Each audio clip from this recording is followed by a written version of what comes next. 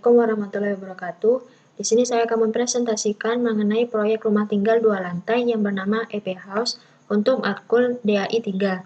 Saya Balgi Safira Ramadhani, NIM 1866025 dari kelas B.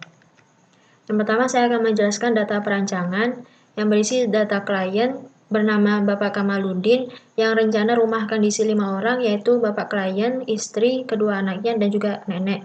Dan klien memiliki permintaan bahwa rumah bergaya minimalis dengan menggunakan warna pastel dan semua ruangan tampak luas. Lalu pada data tapak yang terletak di Jalan Cinderalas, RT 1 RW 3, Kelurahan Mulyorejo, Kecamatan Sukun di Kota Malang ini berada di dekat sawah sehingga tanahnya itu tanah sawah yang subur dan kondisi di sana itu lembab. Lalu ini adalah data literatur saya. Lalu ini studi preseden yang saya ambil dari Satu Vista Malang. Lalu ini tagline yaitu Never Too Small yang saya dapatkan dari sifat dan keinginan klien yaitu sederhana, rapi, dan luas. Lalu pada analisis perancangan, di sini ada analisis fungsi, primer, sekunder, dan servis. Lalu pada analisis ruang, terdapat analisis kebutuhan ruang yang saya sesuaikan dengan standar keinginan klien dan juga sesuai ukuran tapak yaitu 7 x 10 meter persegi. Lalu di sini ada analisis kualitas ruangnya. Selanjutnya ada analisis tapak yang berisi regulasi, sirkulasi, iklim, dan juga sensori yang tidak terlalu diperhatikan karena di sana itu daerah pedesaan sehingga tidak terlalu bising. Lalu ini adalah vegetasi dan daftar vegetasi rencana yang akan saya pakai. Lalu ini ada analisis bentuk, tampilan, dan juga struktur. Bentuk saya menyesuaikan dengan tatanan ruangannya dan juga fasad ini menggunakan bentuk dan juga menyesuaikan dengan iklimnya. Lalu pada struktur ini saya mengikuti standar untuk rumah tinggal 2 lantai. Pada konsep perancangan, di sini ada konsep dasar yang saya ambil dari tagline dan tagline dari keinginan dan sifat dari klien. Konsep dasarnya ini adalah extensive and purity yang memiliki arti luas dan kemurnian.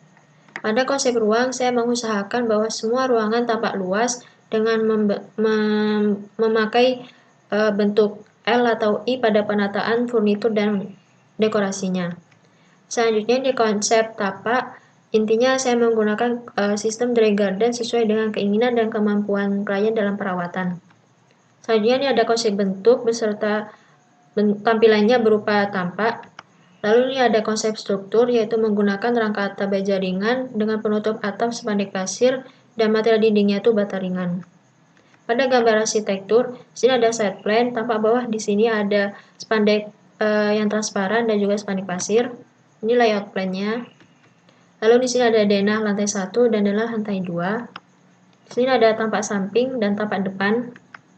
Lalu ini potongan ortogonalnya. Selanjutnya ada eksterior yang di sini tuh saya menggunakan displang GRC motif kayu dengan fasad tampilannya itu bergaya minimalis sesuai dengan keinginan dan budget dari klien yaitu sekitar 300 juta. Lalu ini interior, di sini ada ruang keluarga yang memang request dari klien itu harus lesehan dan juga multifungsi sebagai ruang makan. Dan di sini ada meja TV yang juga multifungsi. Ini juga bisa sebagai rak buku dan penyimpanan dan juga sekaligus sebagai partisi karena ini bisa digeser antara ruang tamu dan ruang keluarga. Selanjutnya ini ada detail arsitektur yang saya menggunakan pintu utama yaitu di ruang tamu. Pada gambar kerja, di sini ada denah lantai 1 dan denah lantai 2. Lalu di sini ada tampak depan dan tampak samping beserta keterangan material secara umum. Lalu ini ada potongan. Lalu di sini ada rencana fondasi dan detailnya. Lalu ini ada rencana kolom dan balok saya jadikan satu beserta detailnya. Lalu ini ada rencana pola lantai dan detailnya. Untuk kamar mandi saja ukuran 20 x 20 dan yang lainnya termasuk tangga itu menggunakan lantai 40 x 40. Lalu untuk rencana plafon dan detailnya saya menggunakan plafon Jaya Board dengan rangka hollow baja ringan. Untuk rencana tangga dan detailnya saya menggunakan tangga cor beton dengan railing tangga hollow galvanis. Lalu pada rencana kusen dan detail, ini ada pintu ukuran 80 untuk setiap kamar dan gudang serta pintu garasi belakang. Lalu untuk ukuran 70 atau kusen pintu 3 ini untuk setiap kamar mandi. Untuk pintu 4 ini pintu lipat di garasi. Lalu untuk jendela 1 ini ada di ruang tamu, yang kedua ini ada di setiap kamar di lantai 1, ini yang ketiga ada di setiap kamar di lantai 2, lalu yang jendela 4 ada di musola, untuk yang jendela 5 ini ada di gudang, dan yang 6 ini ada di setiap kamar mandi.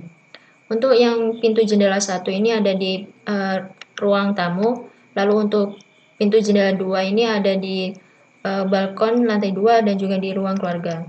Lalu untuk rencana atap dan detailnya saya menggunakan rangka atap baja ringan. Untuk rencana utilitas air hujan, sini saya menggunakan talang air galvalum dengan yang tipe half round, lalu pipanya ini akan nyalur ke bak penampungan.